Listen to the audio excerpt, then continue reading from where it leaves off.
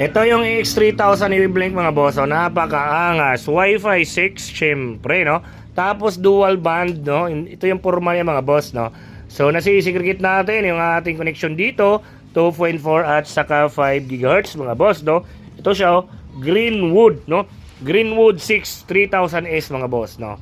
EX3000 Wi-Fi 6. Yan mga boss, andito yung information niya, dual band, no? Syempre 2.4 hanggang 573 Mbps at saka yung 5 GHz niya hanggang 2402 Mbps mga boss, no? So omnidirectional 6x7 dBi mga boss, no? So ito yung tsura niya mga boss ng karton niya. O, karton pa lang napakaangas na. Syempre yung tsura niya, ayan, no? Ito yung IP ni Eviblink na maangas ang datingan, no? Hanggang 300 meters yung range mga boss, ayan, no? So kung gusto nyo makita kung paano i-config, comment kayo sa baba at gagawa tayo ng video tutorial ang tamang pag-config dito na hindi kayo makaka-encounter ng problema mga boss, no? So comment lang sa baba sa mga interesado.